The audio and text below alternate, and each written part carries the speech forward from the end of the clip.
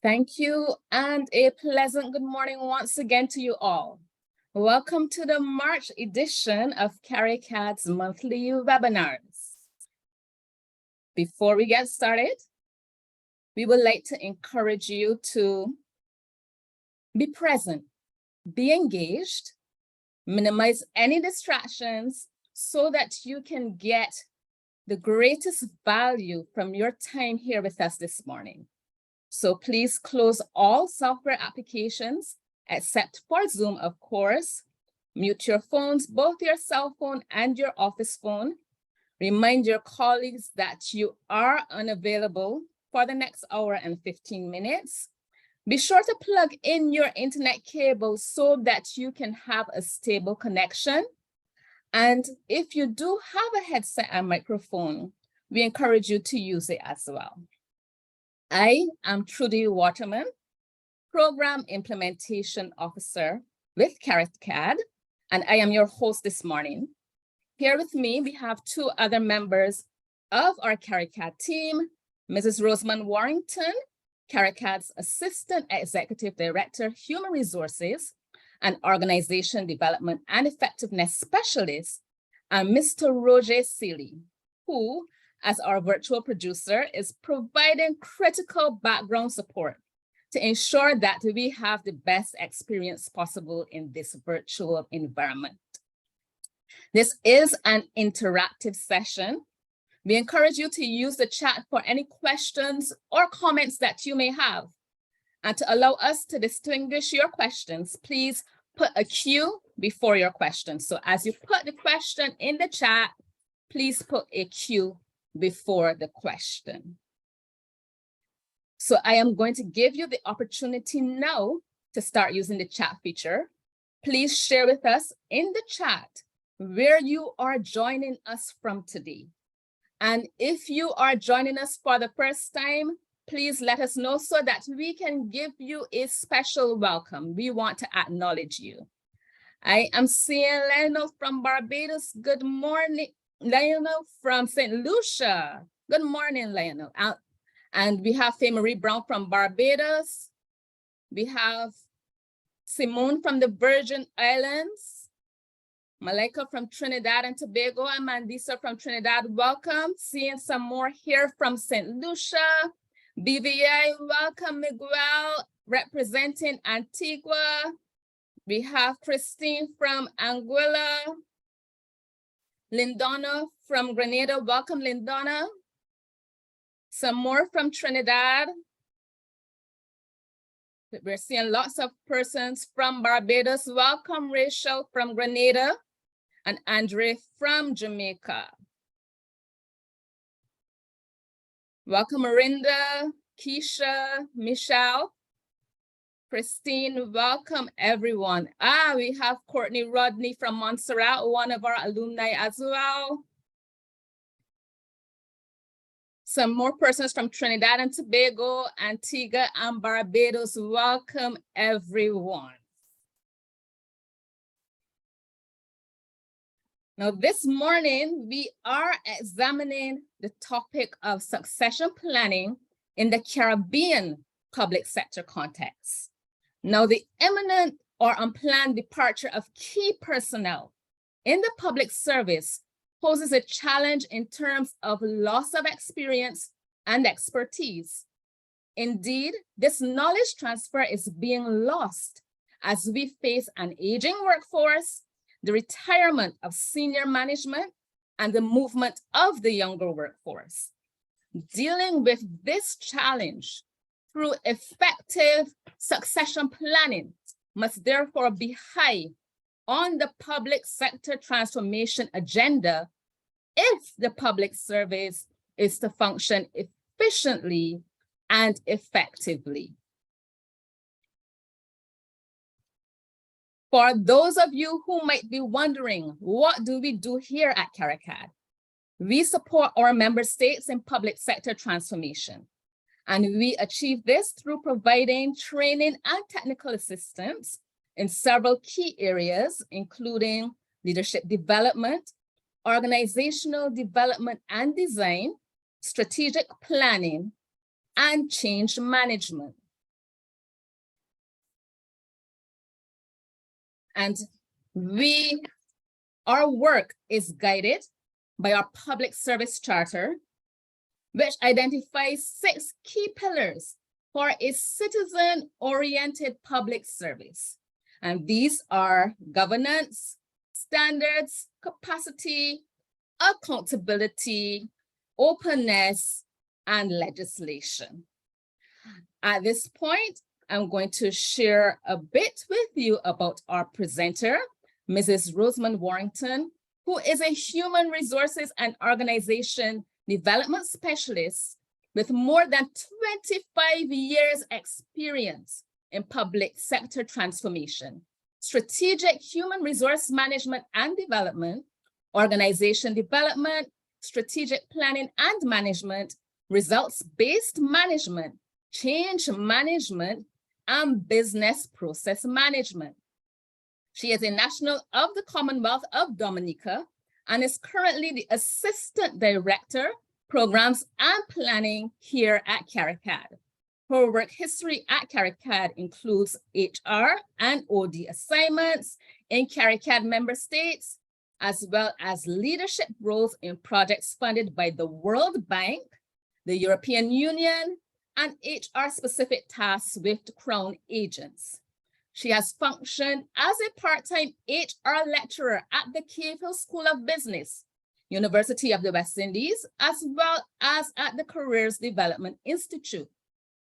Prior to joining the CARICAD team, Mrs. Warrington served at senior executive levels in various ministries and departments in the public service of the Commonwealth of Dominica.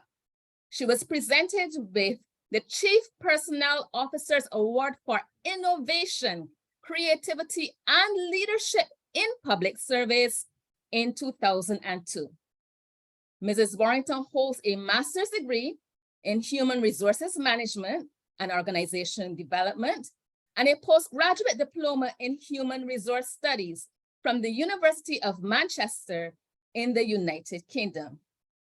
She is internationally certified in psychometric assessment and competency-based interviewing and has extensive training from international institutions such as the Harvard University, Kennedy School of Government, Boston University, Business University of Singapore, the ILO Training Institute in Italy, and the Royal Institute of Public Administration in the UK.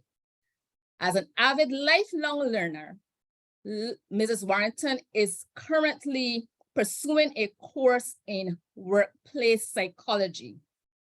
She is a member of the CARICOM Regional Leadership Group for RBM and was a member of the technical working group tasked with designing the original Caribbean Leadership Program.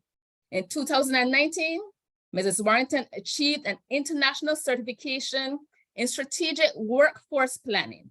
She is also a member of the Society of Human Resource Management and the International Public Management Association. So I'm going to invite you now to share your screen, Rosie, and welcome. Good morning, good morning, good morning. Just one moment as I share my screen. Okay. Good morning, everyone, and welcome to our webinar on succession planning. It is definitely a pleasure and a privilege to be here with you today. I am so delighted to see all of you. I've seen some familiar names in the chat, so welcome to my close friends from Grenada, St. Lucia, across the board. Happy to have you on board today. We have a lot to talk about on succession planning today. I don't believe 1 hour is enough to talk about everything, but certainly we will start the conversation on the status of succession planning in our public services in CARICOM member states. So welcome again to my colleagues, Trudy and Roger. I want to say thank you for starting us off. Unfortunately, Dr. Parks is not able to be with us today as she's traveling, but we do recognize her input, throughout those very informative webinars. Sorry. So thank you again for coming. Kindly allow me to turn off my camera to conserve some bandwidth as I get right into my presentation with you here today.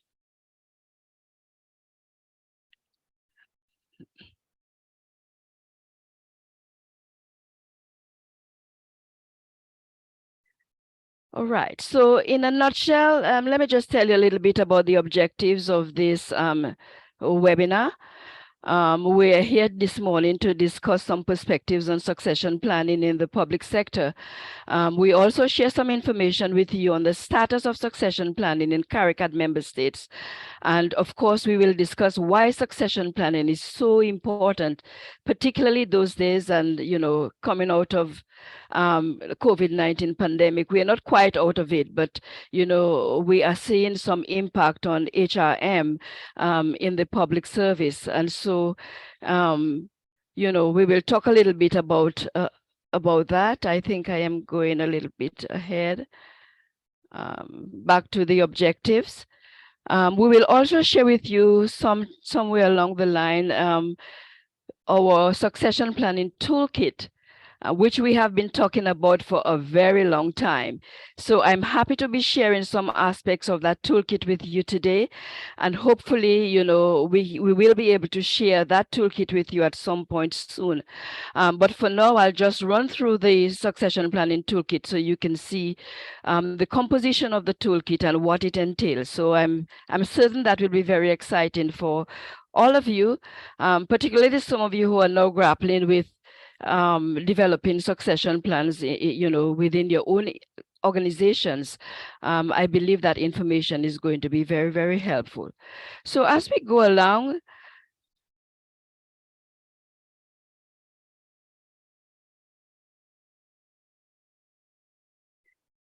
I thought I'd start off with a definition of succession planning. Just to, lay the groundwork for our webinar and our discussions here today. I really like this definition, and the reason why I'm sharing this particular definition today is that it really resonates with me. It says succession planning is a talent management process that builds a pool of trained workers who are ready to fill key roles when leaders and other key employees step down. And that really resonates with me, the fact that it is about talent management. It suggests to me, that talent management is a must-do, as I like to say. Talent management is a must-do for any organization, whether it's a public sector organization, private sector organization, an NGO, you name it. Succession planning has to do with talent management, talent development and management. And that is the point we want to bring across today as we go through our discussions. I hear from you, you hear from me, we're going to place a particular focus on talent management in succession planning. Succession planning, I'm sure you will agree with me, is a crucial aspect of organizational management. And those of us who are involved in OM or OD, we know that succession planning is crucial in that respect. But I must add, though, that it is so often overlooked. I am certain that you will agree with me that not many people pay much attention to succession planning, and it is very often overlooked. But it is important for succession planning to be recognized as a strategic process. And mark you, I am saying a strategic process, not just a process, but it must be recognized as a strategic process for identifying the bench. And when I say bench, I mean the pool of successors. So when we talk about bench strength, really, we're talking about the capacity on the ground, the capacity in the public service, concerning the overall quality, the overall development aspects of the workforce. So when we talk about bench strength in succession planning, it's all about what is the capacity we have in the public service in terms of capacity. So as I go along,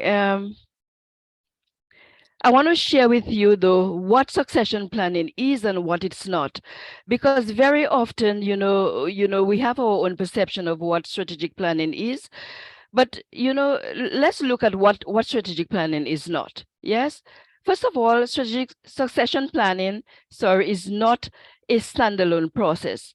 Succession planning is integrated with other HR initiatives. Succession planning is not a one-time event. It is certainly not a quick fix solution to leadership transitions. And we've been seeing a lot of that in the public service, a quick fix, a kind of replacement strategy. But it's not. It's not a quick fix. It's not a one-time event. It is not limited to the top level positions. And we'll, as I share with you the results of a survey that CARICAD took somewhere in 2018, you will see what people are saying from our member states, what a person's saying about succession planning, within their own jurisdictions. So it's not only limited to the top level positions, but it should really encompass critical and key roles across the public service, across all levels of the organization. And so that is the point that we want to bring across today. It's not limited to just the executive tier, but it has to be a particular focus on all levels within the public service. As we go along, Trudy would have shared with you, of course, our charter framework. Our charter framework is important to CARICAD. It is really the gist of what we do at CARICAD. And so it is important for me to share it again with you. And since we're talking today about succession planning, I just wanted to point out exactly where succession planning fits within this whole trajectory of the public service charter. Some of you would have already seen it. I hope that everyone has seen it and is familiar with it. But it is important for us to share it, and hence why it is here today. Just to give you a quick context of our charter framework at CARICAD, as I said earlier, it guides CARICAD work. The charter identifies 6 pillars, as you can see: governance, standards, capacity, accountability, openness, and legislation. So those 6 pillars are really, to put it in a nutshell, they have to do with ethical, transparent, and inclusive governance. Our charter has to do with the highest standards of service to beneficiaries. Our charter focuses on best-in-class capacity in terms of leadership, competent people, and agile organizations. It has to do with accountability in terms of results, planning and engagement, stakeholder engagement. We'll be talking a lot about that as we go along. And it focuses on openness, with regard to technological enablers, as well as legislation in terms of our legal framework, our rules and regulations in the public service. So our charter covers all of those areas in a very succinct way. As you can see, succession planning falls under the capacity pillar as a very critical element, of course.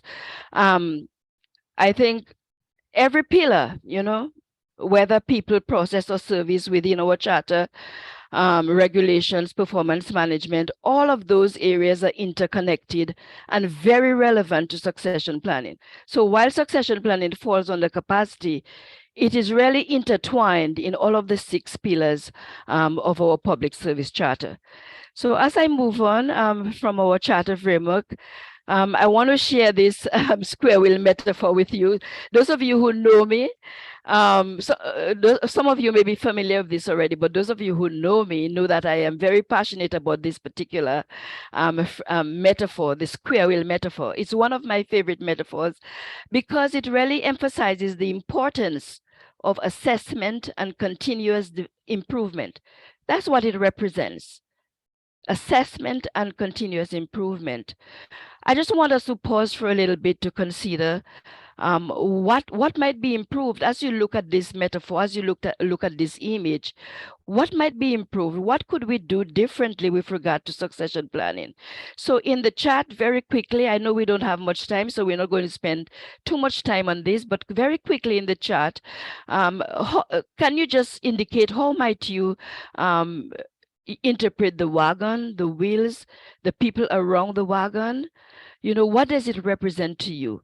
Does it represent how your organization really works with regard to succession planning? So just take a moment in chat, and my colleague Trudy will just highlight to me some of the ideas that you're putting in chat. I am always very excited about this particular image, and I'm sure a lot of ideas are going to come out of it.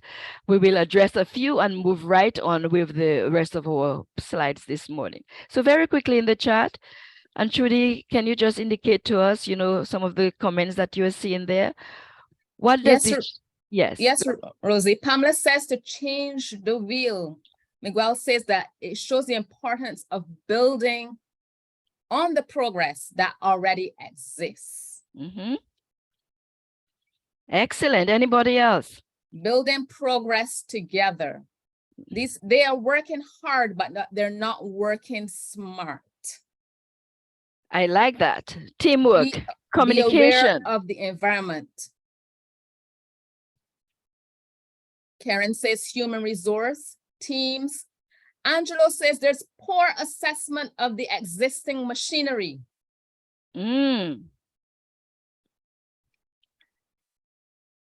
Even as we mentioned those areas, can we already start to identify some of the wrong wheel practices? Because as you're seeing in this image, we have 4 square wheels, but we also have some wrong wheels in the wagon. So what are some of the wrong wheel practices that we can think of with regard to succession planning in the public service? There are persons here saying there needs to be proper prior planning. There's no need to reinvent the wheel. And you must have the correct tools, but you have to know how to use them. You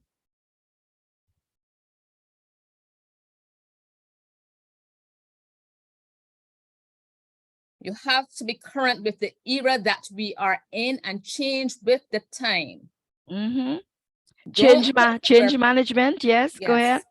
Don't put square pegs in round holes. I've heard that so many times.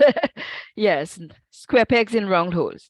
And aren't we very familiar with that in the public service? So I mean, to tap into your team's skills. Exactly. So we're talking skills, we're talking competencies. Those things are important. I mean, we could go on and on about, our observations regarding this metaphor, but time is not on our side today. So we're going to, I'm just going to give you a summary of this square wheel and we can move right on. So the square wheel metaphor was really coined by Dr. Scott Zimmerman some time ago. And it really refers to the idea that many organizations continue to use inefficient or outdated practices despite the availability of better alternatives. And the better alternatives, we can see the wrong wheels in the wagon, but they are not being used. And I mean, that resonates with us. I worked in the public service for many, many years before joining CARICAD. There has been a lot of improvement, we have to admit. In every member state that we go, things are being done to improve, to ensure optimal performance in the public service, but there are still areas, that really need addressing. And some of you would have read the Reframing HR ebook that CARICAD put out a couple of years ago, just after the pandemic, actually, in 2020, that really identifies some of the areas that require addressing if we are to achieve optimal performance in the public service. So when you look at this square wheel metaphor in the context of succession planning, I would say that the square wheel metaphor really suggests that some public sector organizations continue to use traditional outdated methods that are ineffective and inefficient. And, we really need to take a second look, at how things are done. I can say, for example, there is still a very heavy focus and reliance to a large extent on seniority, on tenure as a criteria for promotion. And I'm sure a lot of you will agree with me when I say that. And so there are practices in the public service that need addressing. Succession planning is definitely one of them. What are we doing in the area of succession planning? How are we doing? What are we doing? How are we doing what we're doing? To really support that very critical strategic process going forward. And, as we go through our slides today and I present to you some information, it's really to give you some ideas to support what you already have on the ground. And those of you who are now starting off with succession planning, definitely, some of the ideas coming out of today will support your work going forward. So let me move on from here. Thank you so much for your input here. Your suggestions are very fitting. And as I said, we could go on and on, but there's a lot to catch up on. So since we're talking strategy, reframing HR, looking at the practices and the systems within the public service that are not going very well and how we can improve in some areas. I thought I'd share with you, some enablers for an effective HR strategy. HR strategy is very important for succession planning. In the absence of that, we're not going to see much of a headway in that regard. It is important to establish an effective HR strategy. By now, so far we've only shared a few slides, but, I hope it's becoming clearer and clearer to you that an overall HR strategy is critical for succession planning in the public sector. So those 12 enablers that, we have identified for effective HR strategy can be used in the development or even in the enhancement of your own HR strategies. And these are very much in line with our reframing HRM model, which, as I just said, focuses on the implementation of both organizational centric and people centric systems and programs, all with the aim of achieving optimal performance in the public service.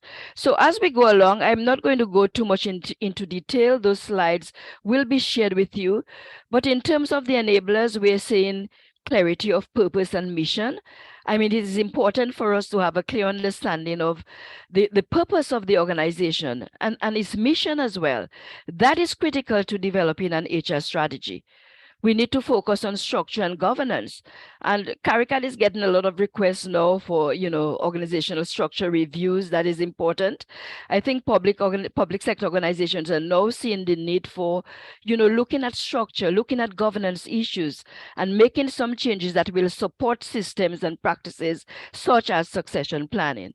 We also have as one of our enablers leadership commitment and employee engagement. We can't forget the employee engagement because that is so important.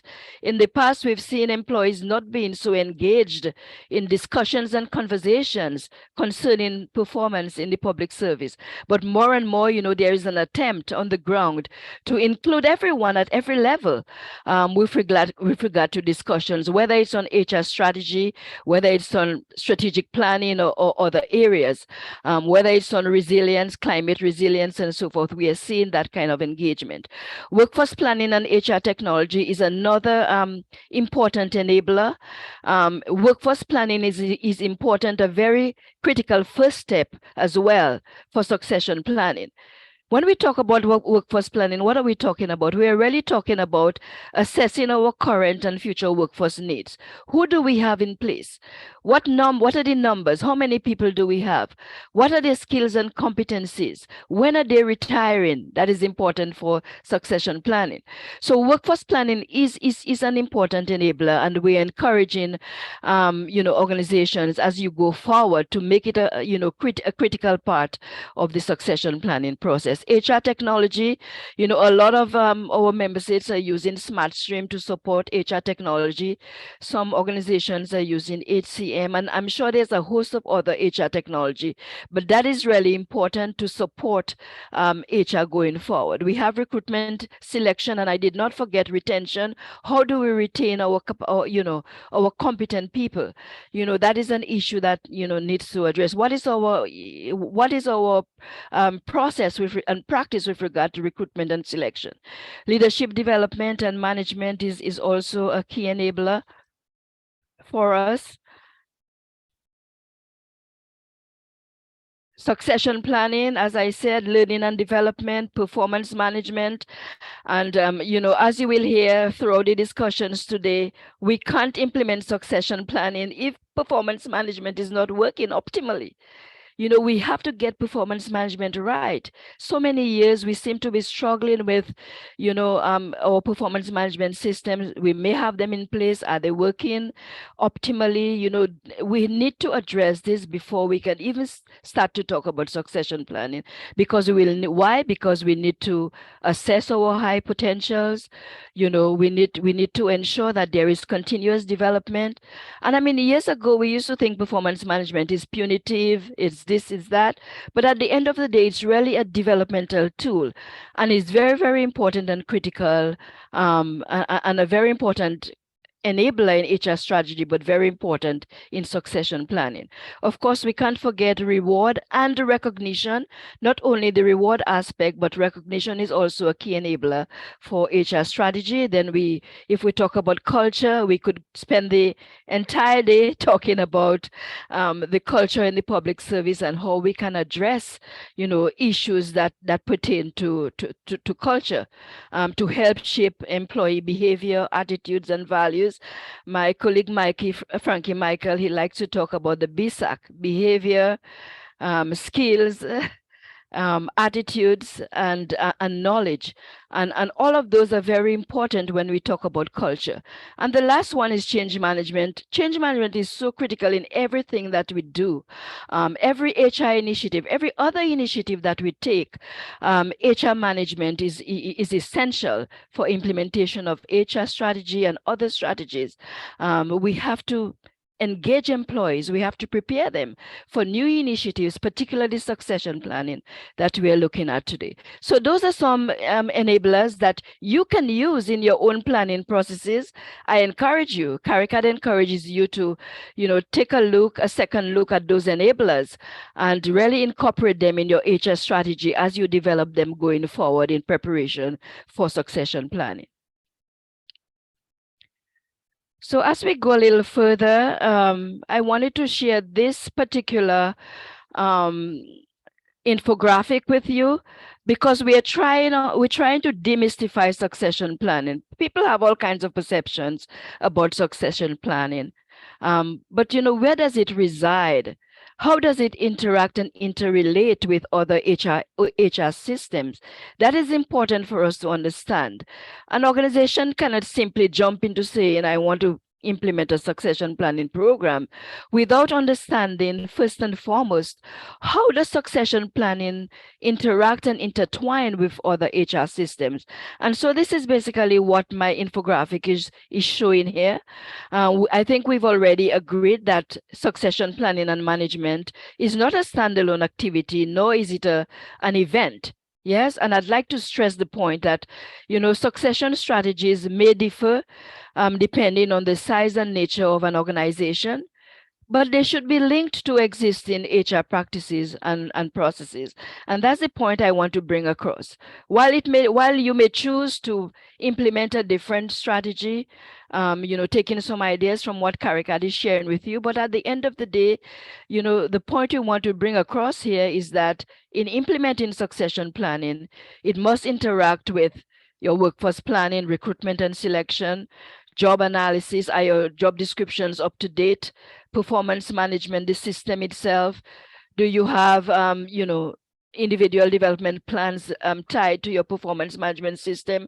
Does your performance management system link back to your strategic plan or your corporate plan, as it is called or referred to in some member states? So that kind of alignment and cross-linkage is important for us to understand. Succession planning is linked to employee relations.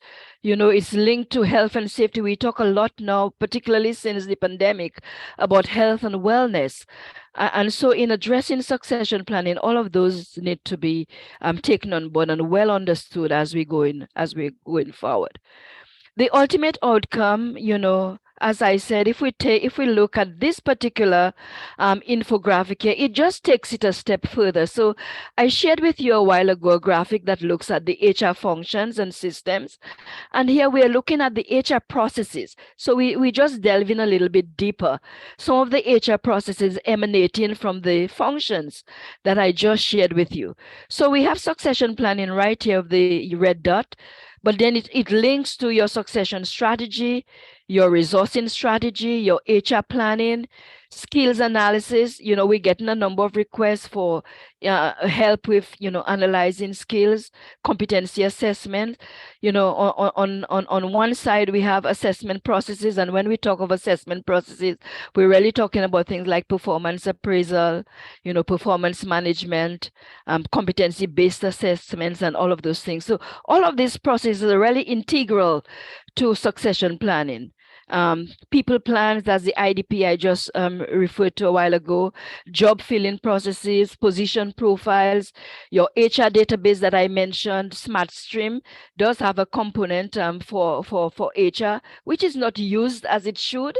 In many of our member states, some member states may have their own personal HR system, but it is important as we go along to have an HRIS, that is working, a database where you can reach out, a database that can be shared between the Public Service Commission and the ministry responsible for public for public administration, to create synergies so that in decision making, informed decisions can be made about individuals, whether it's promotion or transfers or that kind of lateral movements and so forth. So all of those, just wanted to share that with you. Those HR processes are very integral and supportive of the HR functions that I would have just shared. If you have any comments, you can say so in the chat, and Trudy, you can kindly highlight them to me as we go along. Benefits of succession planning in the public sector context. Yes, it is important. Succession planning is essential for the public sector. Why? Why is it so important for the public sector? Because it ensures continuity for service delivery. There's no argument about that. It helps improve organizational performance. It promotes employee engagement and retention. It reduces the risk of talent shortages. Have we seen talent shortages after the pandemic? Movement of persons. Some persons may have passed away. We're feeling it in the public service. We're feeling it that this the risk of talent shortages certainly is something. The benefits of succession planning, if you plan in advance, then you can dip at relevant levels in the public service and identify persons who can support your programs going forward. So it also develops future leaders. We know that about succession planning. It promotes diversity and inclusion. And how so, may you ask? By identifying and developing individuals from diverse backgrounds and underrepresented groups. There's a lot of talk now about, diversity and inclusion. And so all of those are benefits of succession planning in the public sector, that we can, expound on, and we can spend the rest of the day talking about. But for the purposes of today's session, just wanted to flag some of the benefits of succession planning in the public sector. And I am sure you have some other ideas that we could add to our 6 boxes here as we go along.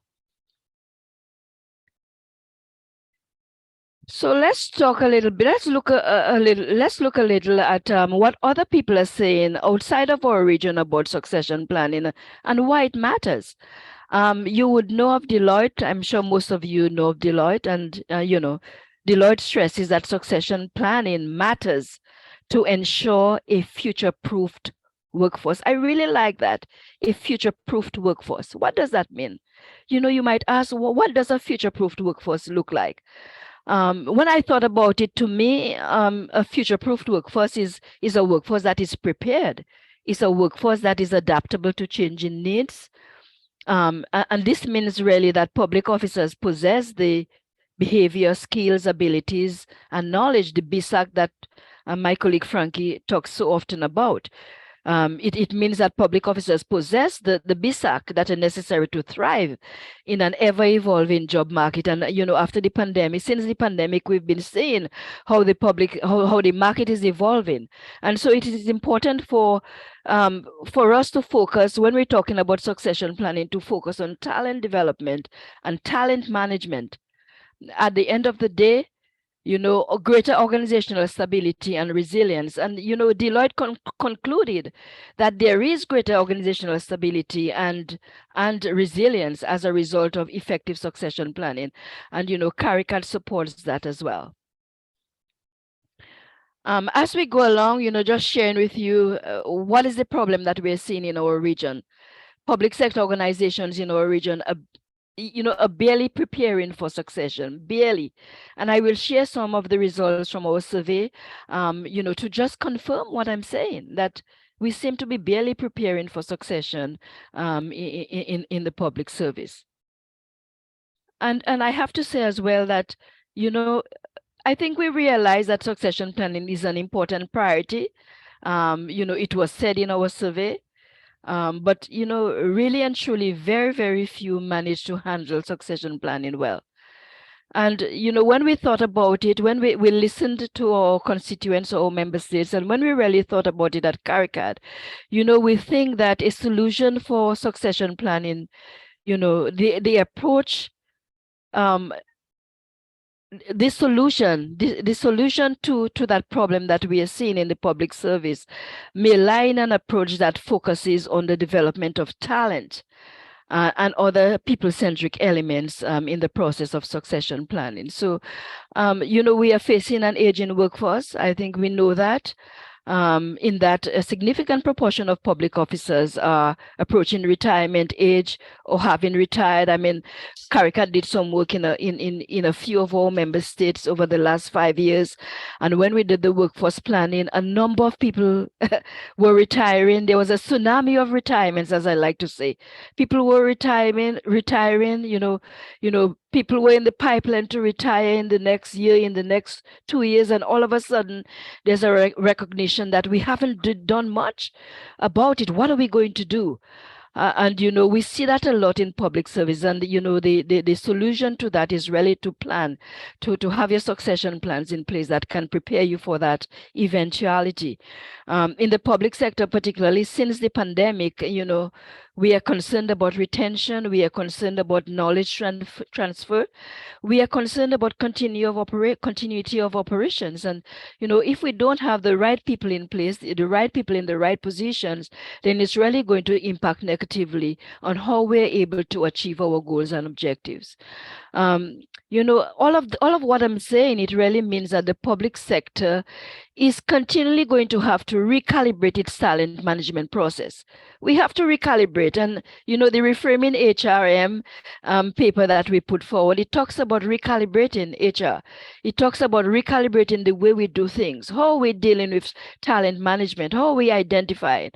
And recently I had a conversation with some persons, and I was asking specifically, we were talking about training and development and training needs assessment. And I was saying, how do you consolidate, how do you marry training needs analysis with your performance management system? Because really and truly, your performance management system need to be used as a tool to identify training needs of individuals.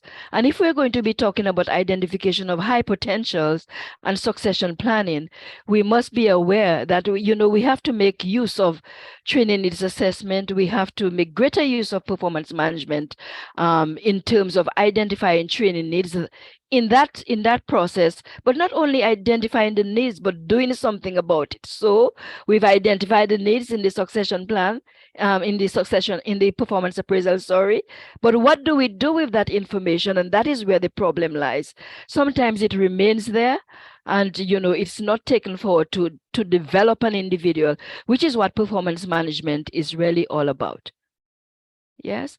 By not addressing succession planning, organizations really risk losing some of our top performers. And really, when we talk about business continuity, if we don't have the right people, it can impact our business continuity plans. So the top concerns globally, according to Deloitte and Harvard Business Review, are developing a talent pipeline, leadership readiness, make the top list of concerns from surveys that are conducted by Deloitte and Harvard Business Review. Year in and year out, those results come back. Leadership readiness. How ready are we for the eventuality of greater things in the public service? Deloitte actually reported 86% of companies believe leadership development is of the utmost importance, yet only 10% have a succession program in place. Only 21% of organizations in the US have no succession management of any kind in place. That is an important point here. And, they concluded, as I just said, that by not addressing succession planning, organizations risk losing top performers. As I just said a while ago, they risk endangering business continuity plans. And we know about business continuity plans because after the pandemic or during the pandemic, there was a lot of talk and discussion about having business continuity plans in place. CARICAD developed a framework that was shared with all member states to be used as a guideline. And so we are very familiar with business continuity. But I'm saying that to say that if we don't have the right people in place, we will get stuck at the end of the day, in terms of achieving our goals and objectives. As I move forward, I want to share with you very quickly some key metrics from a succession planning survey that CARICAD conducted in 2018. We repeated that survey in 2022, that was last year. We have gotten some feedback, and we're still encouraging those member states who have not yet participated to complete the survey online so that we can do a comparative analysis.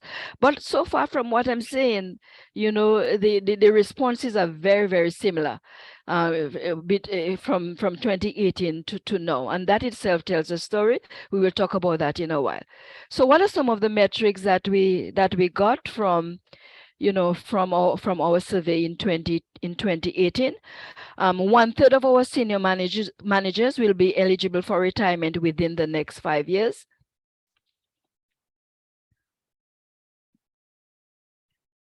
40% of our member states have no succession programs in place. 30% of member states say they have an existing program. While there's an existing program, we have to ask, is it functioning? How well is it functioning? And that kind of thing. Do we need to make some improvements to it and so forth? And hopefully, we hope that by sharing this webinar with you, as well as the succession planning toolkit, that, you will have some, further tools that you can, that can help to improve what you already have in place. 30% of member states with succession plans said that, succession plans are currently being developed or being revised. Again, we saw it in the last survey in the current survey that we have, that some people are saying that, their succession plans are being revised or being developed. Yes. With regard to state-owned entities or SOEs, we're saying that succession planning is not being practiced in those SOEs. And that has always been a discussion for CARICAD and a consideration in terms of how do we reach out at some point to state-owned organizations, and really, all of these lovely systems and, programs that we are providing to the mainstream public sector, public service, those should actually, be shared with state-owned organizations. So succession planning, hopefully, we hope that we can introduce our toolkit as well to those entities as we go forward. Yes, so again, the next few slides are going to show some of the responses that we got from this survey. The purpose of succession planning in the public sector. Member states indicated that the #1 purpose for succession planning is to achieve strategic goals of the organization. I truly believe that this type of strategic orientation is commendable, since there is a distinct recognition that organizational strategy must be an underpinning factor with regard to succession planning. So, all of those responses are on point, to develop employees of the future, to regain organizational talent, to easily identify replacements, to fill key positions. Those responses are spot on.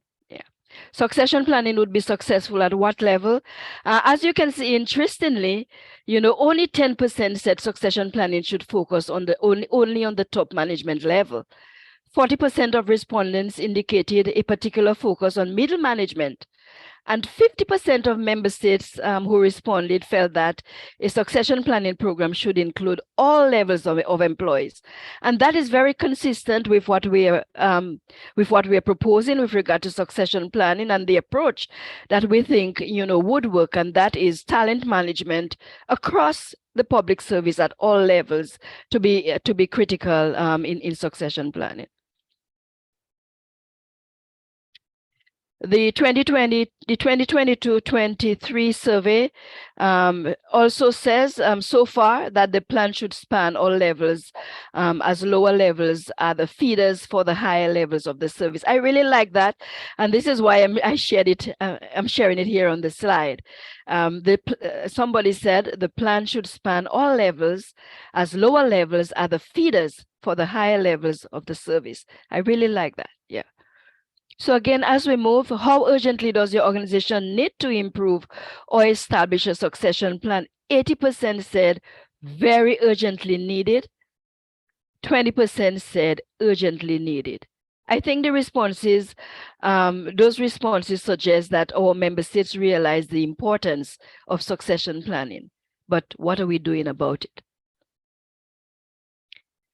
Again, some slides in their words, I just lifted that from SurveyMonkey.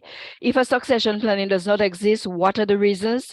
Limited dedicated attention given to developing and implementing a strategic program, lack of policy and systematic programming. I'm not going to read through all, but you can see them here.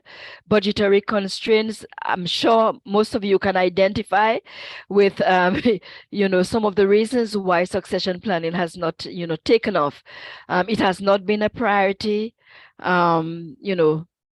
Limited residential capacity to develop and implement leaders. So all of those, in their words, this is what our member states are saying about succession planning. What has been the impact of succession planning towards organizational performance and continuity? Because a few of our member states did indicate that they do have a succession plan in place. So in their words, they're saying succession planning has helped my organization succeed in achieving its goal in relation to the National Development Plan. So there has been some success. For those of us who are thinking, but this isn't going to work, there has been some success, and in some of our member states, and certainly these are what they're saying. Yeah. Retention strategy is working, employee satisfaction is good, quality of service is higher, return on investment is good. And as we go along, we can, as we always say at CARICAD, there is no need to always reinvent the wheel, because there's always another member state who is doing something in an area that you can learn from. And that is why CARICAD exists as well. We have a very bird's eye view, a capsule view of what is going on in the public in the public services across the region, and and because of that, we're able to link individuals as to where the centers of excellence reside. So as we go along very quickly, in what ways in your opinion, has the COVID-19 pandemic provided an opportunity to reassess SP in the public sector? And I took that from the recent survey. As I said, it's ongoing, it's still open, but we welcome your ideas so that we can do a comparative analysis. Some of our respondents said the pandemic has revolutionized the way organizations are managed, and isn't that true? It is therefore critical for organizations to have succession planning in place for business continuity, and we've already confirmed that in our earlier discussion. A structured SP strategy also ensures that organizations remain resilient in a dynamic landscape. Again, we say in the word resilient, CARICAD has been talking about a resilient public sector. Some of our member states are very big in terms of achieving, high resilience public sector organization. And so that for us is critical. And again, we are linking that to succession planning, and our experiences during and after the pandemic. The pandemic has exposed a number of weaknesses in the public service. At the policy-making level as well as the implementation level, it has demonstrated the lack of real talent and job fit to respond to the present and emerging issues. Just thought I'd share that with you. I am sure, a number of you can identify with those words that have been shared with us by some of our respondents so far. I hope that at some point later I can come back with the full results and we can have a real discussion about succession planning and how we can move even beyond the succession planning toolkit. So we asked our member states to rank the following activities in terms of their effectiveness in developing employees in the public service. The top ranking developmental activity was identified as targeted training, and not just training, mark you, it's targeted training. Yes, through your training needs assessment, that is very critical and fundamental to identifying your training needs. So it's important to go that step to identify not just what the employees think that their needs are, but also to do it in a congruent way so that you're also looking at what does the Department of Finance need? What does the public service as a whole needs? And to really bring all those suggestions together to be able to identify what the targeted training needs are for the entire public service at large. So we see targeted training, we've seen coaching, on-the-job training, job enlargement, and I have an explanation here for you. Expansion of task is made horizontally at the same level.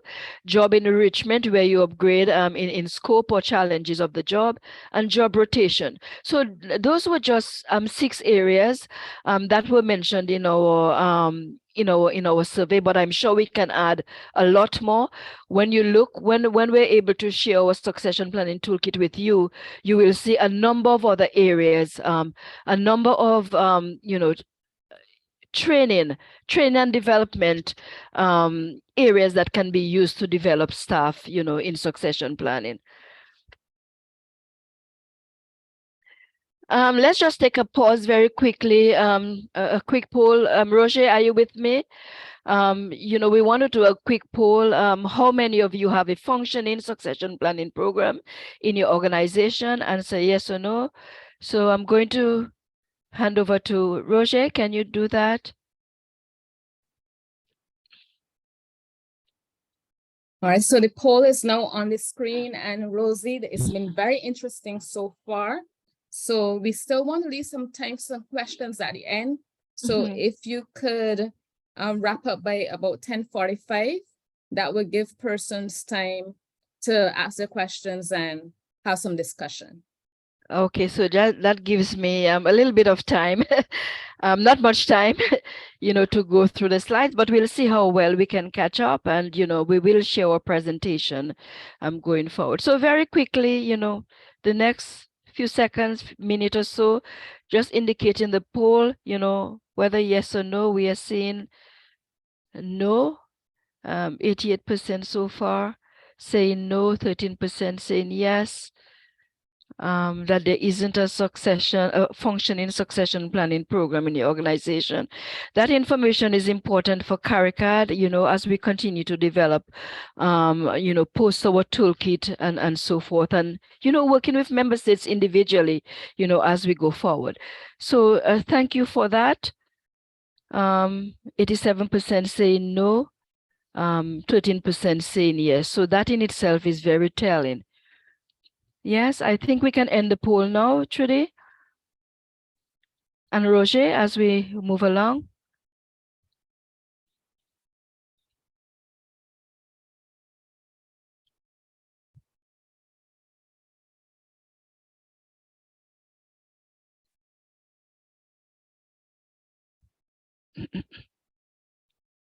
All right, Rosie, so the poll has ended.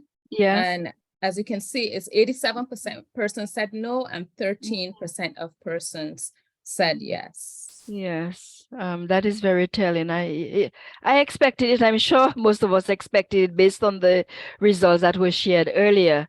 But this is not the end, by no way, by no means. This is not the end. CARICAD is here to support in whatever way we can, and so hence the reason for the succession planning toolkit. So, Trudy, can I move on?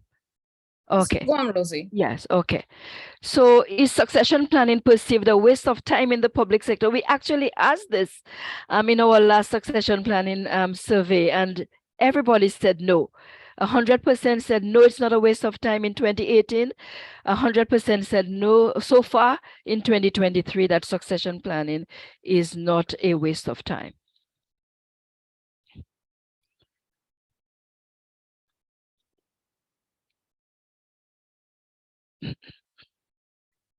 What are some of the challenges the public sector has or could encounter? And we've seen a number of things here. Culture drives how succession planning is at the end of the day.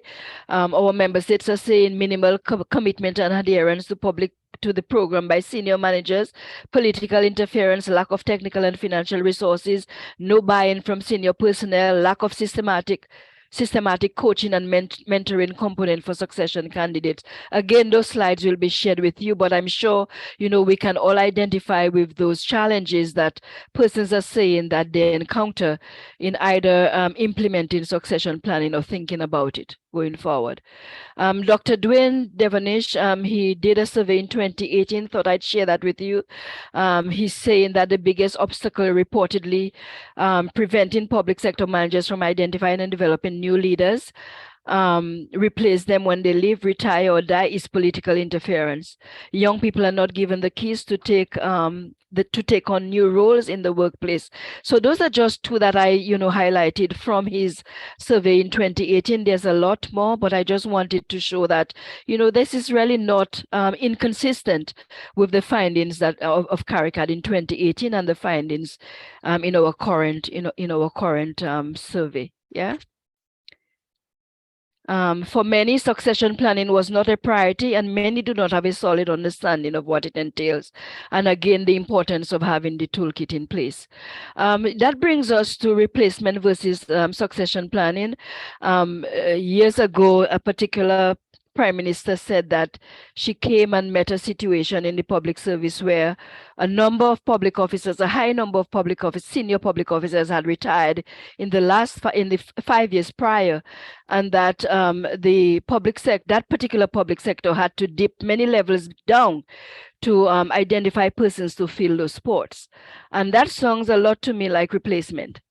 And so I wanted to share this slide with you, which is what, a lot of our public sector organizations are familiar with. Replacement planning only identifies an individual to fill a looming job opening. So we did a workforce planning assessment, and we realized that 1/3 of our senior public officers are retiring in the next 18 months. And right away, because we haven't prepared anyone, for that eventuality, we're just selecting persons to replace. And so succession planning is quite the opposite. It is a holistic approach. At a macro level, it is a strategic approach that focuses on identifying individuals who are a good fit for promotion, and subsequently developing the competencies to prepare those individuals for those vacant positions going forward. So I just wanted to make the distinction here between replacement and succession. That is very important. The idea of just identifying successors as replacement planning, and moving towards succession management, which includes performance management, your training and development, and really identifying mission critical positions. Yes, and when I say mission critical positions, what do I mean? I mean positions, those positions that are essential for the public service to achieve its strategic objectives. Those positions are typically high level or specialized ones. All right, Rosie, yes, I'm going Trudy. to pause you one moment and encourage persons, if they do have any questions, to put them in the chat as well, so that they can be addressed. All right, please do that. I just have some pointers here for you in terms of what a mission critical position, what are the types of questions that you should be asking when you identify in mission critical positions.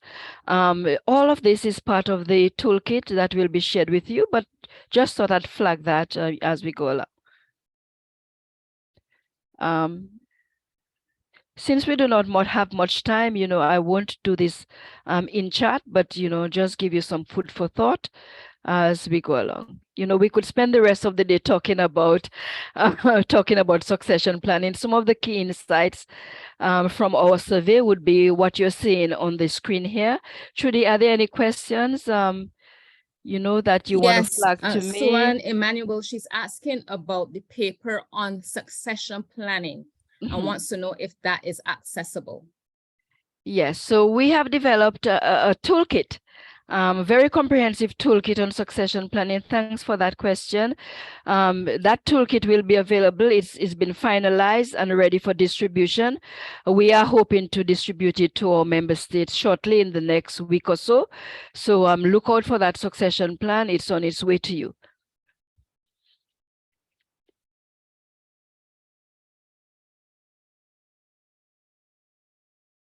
When we think of succession planning, we know that everybody knows about, this ostrich with its head in the sand. It's a popular metaphor used to describe someone who is avoiding a difficult situation or ignoring a problem. And when we think of succession planning, we really know that we have to do it. But, for some reason, we're really hiding our heads in the sand and not taking that bold step, to ensure that we implement a successful succession planning program. In the context of the public sector, that metaphor, it really represents the lack of action or inaction in addressing important issues such as succession planning. Trudy, any other questions that, you'd like to flag now as we continue? All right, no other questions at the moment. So please remember to put your questions in the chat. However, Rachel does say, if you deem it not a waste and it's important, then to get implementation, she's thinking the strategy must also focus on creating a mindset and a culture for succession planning. Precisely. Thank you so much, Rachel, for that point.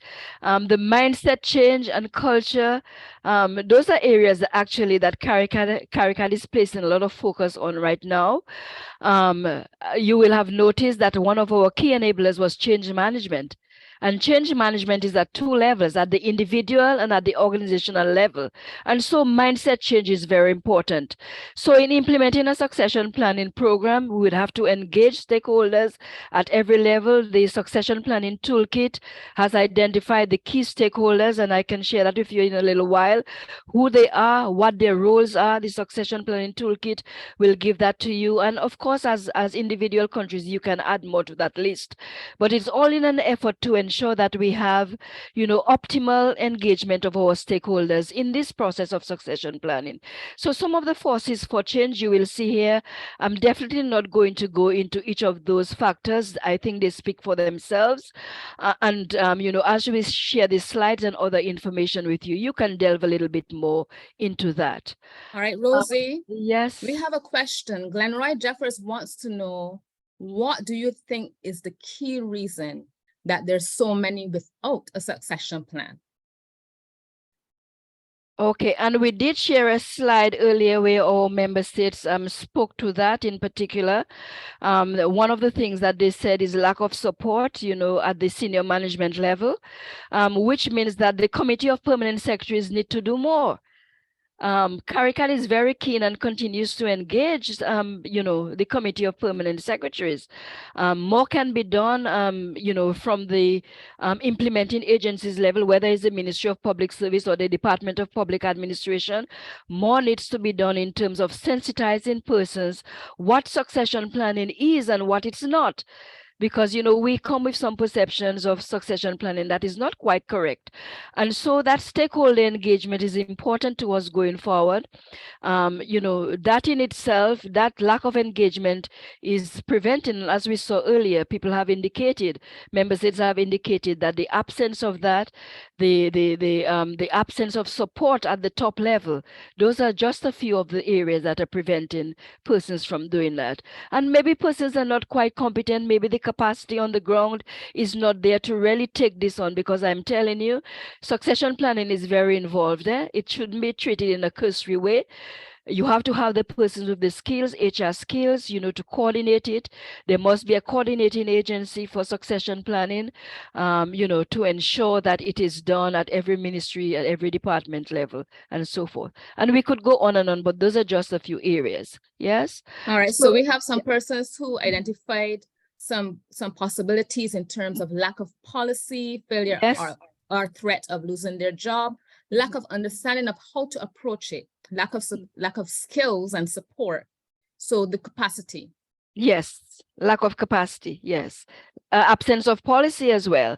And what we've done as well in the succession planning toolkit is to provide you with a draft, with a framework for a policy. It's really up to every country to make the adjustments. It's not cast in stone. It's really up to each country to look at it, but it does provide a place to start. Yes. As we look at succession planning, it has changed over time. Years ago, it used to be very limited at the micro level. It was limited, narrowly focused on specific persons to fill a specific role. Now we are seeing, it's very really strategic.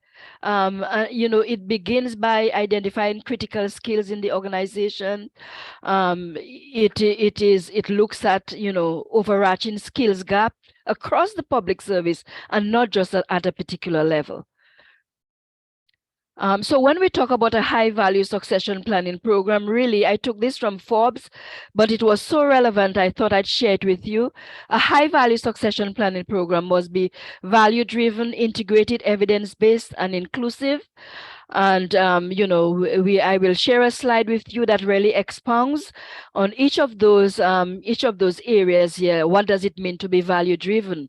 The focus has to be on planning programs, looking at roles at different levels to ensure that, it's not just the top management alone, but when we're considering critical roles, we have to consider the impact on both the short and long-term organization goals as well. So values driven in terms of connecting succession planning to your corporate plan, your strategic plan, if even also your national development plan at the higher level. So all of those come together to define, what succession planning is. I'm very conscious of the time that I have as I go very quickly forward. What is our solution at CARICAD? We have decided, we heard from our constituents, these are our member states, and we have responded. Our member states have said they wish to have a simple guide that showed the essential steps of succession planning at various stages. And so we have developed the toolkit based on feedback from our member states, as well as extensive research. We've done quite a bit of research to come up with this toolkit. The results of our research and analysis suggest that succession planning can be most effective when it takes a centered approach that focuses on people, while maintaining that level of objectivity, while maintaining that level of procedural discipline, those kinds of things are important. And that's what our member states said to us. And certainly, we have developed the toolkit to that effect. So this is what the toolkit looks like. This is the cover page of our toolkit. It took us some time and effort to develop this toolkit. When I checked, it took us over 2,000 hours to bring everything together. We consider it a very comprehensive piece of work, and we are very proud, that we have been able to achieve this. People are asking, where do we start? And certainly we feel the toolkit is the place to start. It's really a strategic guide for our members. And Trudy and Roger, if you could kindly help me, you just wanted to go to access the toolkit. It's a PDF. Do I just get out of this? Yeah, just stop sharing this screen, Rosie, and share the new screen. Okay.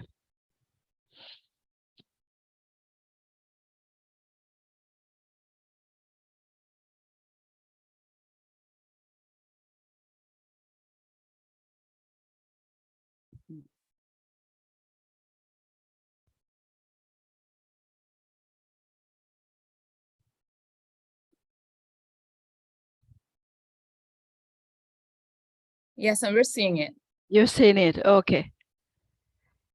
Yes, so this is what the succession planning toolkit looks like. And very quickly, I'll just run through with you on that.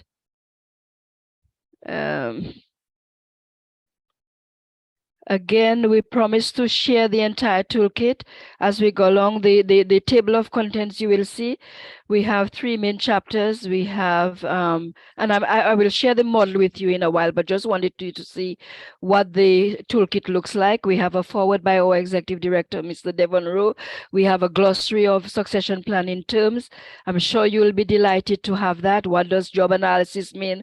What are assessment centers? That is important terms and terminology for us in succession planning. We provide a context. Again, I shared with you how in terms of context, how the succession planning links to our public service charter. You will find that there as well. We have a section on how to use the toolkit. And going forward, we expect that we will get, requests from member states to really do a little bit of hand-holding on the ground to, as they go ahead to adjust and amend the toolkit. We're not advising that everybody take this toolkit and implement it wholesale. We expect there to be some adaptation, but at least this is a guide for the succession plan. Some of the slides that I shared with you have been incorporated in the toolkit, like the setting the foundation for succession plan, how it aligns with other HR functions as a whole, the framework. This is our framework. I'm going to share it with you in a while. Our succession planning framework, it has 5 levels, 5 steps that I will share with you. So it breaks it down. For every step you can see, for every step we have the particular worksheet that aligns to the step, so you can't go wrong. If you're at step 1, we're asking you to use the environmental scan worksheet, and you're really free to use other worksheets and other templates that you have. But it provides a basic template, that you can use. As we go through we're at step 3, you will see the worksheet, right below, a succession pool applicant profile, worksheet 4. And it's just really, really comprehensive and, compact with, tools and templates and so forth for each of the steps. We also give you some tips in terms of requirements for an effective succession planning approach. We provide a competency framework. Some of you may already have a competency framework in place, but we're just providing some suggestions that you can use to enhance your own competency framework. The competency framework is very detailed in terms of behavioral anchors and so forth. What are some of the legal issues, change management as an integral component of succession planning. And in the appendices, we have a number of things. Frequently asked questions. I am telling you and I'm confirming to you that this is going to be very important as you engage your stakeholders to sell to them, to get buy-in from them on succession planning. Those frequently asked questions are going to come in very handy. Again, I'm saying that, you're free to adjust them, you're free to modify them to suit your individual circumstances. That's fine, but at least, there are some FAQs that you can use. We also have a competency inventory. In that toolkit is very comprehensive. We have a template for a succession planning committee. If you choose to have a succession planning committee, this is what it might look like. Of course, again, you're free to make your adjustments and to modify it. It's not cast in concrete. So, these are just some of the things included in our toolkit, and, we're excited about it, and we hope you are too, and we look forward to sharing with you at some point. Any questions or comment on that as I go back to my main presentation? All right, Rosie, Rachel is asking if this competency framework is revised from the one that was prepared with you on the HR audit. Yes, and that would have been an HR audit with the government of Grenada. Thanks, Rachel. We have made adjustments. We worked with a few of our member states, I have to say, in that area of succession planning and customized it to their needs. This particular toolkit is a generic toolkit. So it will need to be customized at a member state level. So therefore, the competency framework has been adjusted. Some of the other tools have been amended and modified so that it provides a generic framework, and each member state will take that and modify it to suit its needs. Yes? So I am back. Trudy, can you help me? I am back on my Yes, you PowerPoint. are. Yes. What's in the toolkit? Again, as you just saw, we have frameworks, we have tools, we have templates, we have a step-by-step guide, we have FAQs, strategic HR guidelines, and best practices. I'm sure you can tell I'm very excited about it, and I am sure you are too, as we look forward to sharing it with you. The templates again are just listed here, and I would have showed them to you. Glossary of terms, environmental scan worksheet, frequently asked questions, IDP, competency framework, and so forth. So is a list of templates in that. But just so you can understand, our succession plan. Just one moment. Or our succession roadmap, you will notice that we have in our infographic here, I must say, first of all, that our model is very much in line with our reframing HR framework, which recognizes that more effective HRM can contribute to the overall success of the public sector. In terms of development as well as enhancement of HR systems, policies, and practices, and so forth. So it's in line with our HRM reframing HRM model. But as you look at this, our succession planning roadmap here, you will notice that we have 5 steps: step 1, 2, 3, 4, and 5. The first step, we're saying that you should really identify current and future challenges, and really set goals. Plan for future outcomes. We're recommending that member states start at that level, at the strategic level, so that you have a strategy that links back to everything else you do. Yes. So we have the identification of key positions, and we've provided you with some templates that you can use to do that. The third step is to consider and assess qualified and interested employees. Of course, when you have any succession program, some persons may not necessarily be interested in being part of that. And so it's important. We've provided you with the template to be able to identify persons, but also to assess whether it's through your performance management system or through assessment centers. Those will be critical and are spelled out in the succession planning toolkit. The step number 4 is creating learning and development opportunities. That is a critical part of our succession roadmap. And last but not least, it would be the monitoring and evaluation of the succession plan. Of course, it is good to monitor and evaluate where you are, how you're doing, and to jump in to make changes. Hence the reason we flag it as a critical step in our succession roadmap. As I said before, there will be variations. There are variations in succession planning frameworks. You should know that there are multiple formats. This is just a format that we are presenting you with. You may already have a format, in your member state, in your organization. And that is okay, because, organizations differ in their specific requirements, and therefore there will always be a need for organizations to tailor succession plans to fit their needs as well as their culture. And so we are providing this as a guide. We call it a strategic guide, that can be used going forward. So as I just wrap up some of these slides that I have here, we have the conceptual framework again. The 5 steps are really encapsulated in those 4 critical elements of scanning the organization. So when we look at step 1, which is identifying current challenges and planning for future outcomes, it's related to the scanning component. The assessment phase includes steps 2 and 3. The growth phase includes step number 4, and the evaluation phase includes step 5. And as I said, all of this is explained in detail in the succession planning toolkit. But just to say that, 4 very clear messages, emanate from our model, and that is there must be clear goals, There must be clear goals linked to organizational vision. Leadership support at all levels is important. That must be inclusive. There must be a culture of support for succession planning from the bottom up.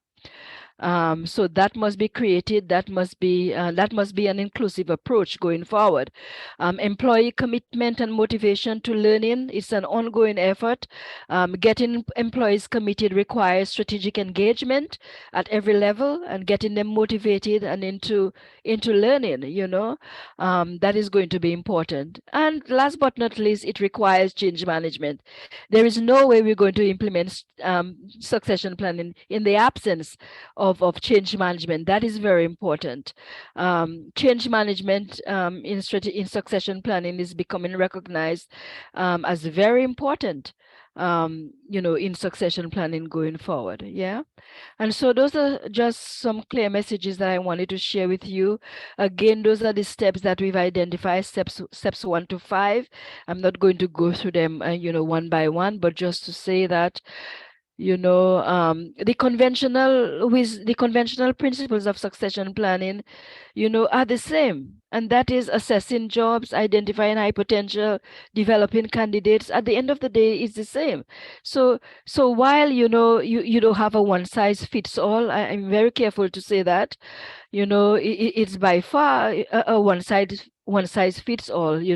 We expect member states to adjust and modify as you go along. But at the end of the day, the conventional wisdom is that you will be assessing jobs, you will be identifying high potentials, and you will be developing candidates. So I've already shared the toolkit with you. Very quickly, we have so much information that we want to share here, but this is important in terms of the key stakeholders in succession planning. We've identified some. I'm sure you can add some more to that. Please do, when you get this is included in the toolkit as well. So upward and internally, we have cabinet, the COPS, that's the Committee of Permanent Secretaries led by the CAPSEC. We have PSCs, heads of divisions, other managers, public service, other commissions. That's the Public Service Commission and other commissions. We have HR officers, line managers, and staff. We're encouraging and implementing agency to have a succession planning team, as well as a succession planning committee. And we've shared a template on the, what could be the TORs for the succession planning committee. Externally, we can't forget the unions and staff associations. They are an integral part of succession planning, and a key stakeholder in the process. External training providers, regional and international institutions like CARICAD, resource providers. So those are just some of the key stakeholders in succession planning. We've gone a step further and really defined what they are in the in our toolkit. So you can look forward to getting that information as well. So as I wrap up, just a checklist that I pulled out from the regional survey that CARICAD would have done. A checklist to succeed. Succession planning is a continual process that is constantly evolving and changing. These are things to note. It is a journey, not a destination. Succession planning should not and must not stand alone. And those are the words of our, respondents that I wanted to share with you. They're saying it must be linked to an overarching strategy, and we've seen that in our previous slides. It must be regularly reviewed. Managers are personally involved and hold themselves accountable. Employees are committed. Technology will be used. Training must be provided. And we will share that slide with you as well. And as we wrap up, just wanted to give you some more food for thought. Succession planning is an ongoing process where the players will change continuously. We see change in administrations. We see, change at the top level. PSCs are transferred, in some countries frequently. But succession planning remains, and so it must be a continuous process. Everybody must be involved and engaged, in that. So just some food for thought. It is a strategic effort, hence the need to have your HR strategy linked to it. The organization direction may also change, so we have to be flexible in making adjustments. Competencies need to be constantly monitored to ensure that they are measuring what you want to measure. So Rachel asks, is our competency framework different from what was used in Grenada, and it is. And that is because as well, competencies, need to be constantly checked and rechecked. Recently in one of our member states, what we did, we used the competencies that were, we built on the existing competencies, but we also linked them back to some resilience element, because resilience was high on the agenda of that particular member state. And so we made the linkage between the competencies and resilience in that particular country. So, they're constantly changing. It's up to us to decide what is our area of focus. Do we make amendments to our competency framework to reflect, some of our areas of focus at the time or in the future? So those are some suggestions that are meant really to stimulate your thinking, but also to encourage reflection and discussions as you go forward, following today's seminar. So I'm going to take, I know we've run out of time, but I appreciate the questions that have been asked so far. I invite any suggestions or observations from you. CARICAD really appreciates that. And, the floor is open. Thank you. All right, thank you so much, Rosie, for such a rich presentation and showing us that there's really a lot to be considered when it comes to succession planning. And there are persons in the chat who are really excited to get the succession planning toolkit. So look out for that soon. All right. And I also want to thank you for staying the extra few minutes with us so that Rosie could finish her presentation. And we're seeing the comments in the chat. So as we wrap up, the next webinar is going to be Innovation in the Caribbean Context. That's going to be our April webinar. And in May, we have a climate governance webinar series that's going to be in collaboration with some of our strategic partners. On July the 11th, please save the date. This is going to be CARICAD's virtual symposium. We're very excited about that. So put that date in your calendars and information will be shared with you at a later date. And also look out for the call for applications for our upcoming mid-level leadership development program, which will be from September to December this year. So keep an eye out for that. If you do have any questions or any comments, please feel free to contact us via email at info@caricad.net. So once again, thank you so very much for joining us. As usual, your feedback is very important to us. So I'm going to invite Roger at this point to place the poll in the chat. And once you are finished completing the poll, please feel free to exit. Have a good day, and we look forward to seeing you on future webinars. So once again, thank you, everyone. I really appreciate your time and attention. Thank you for your feedback, your observations. We look forward to sharing the toolkit with you. Thanks again and have a great day.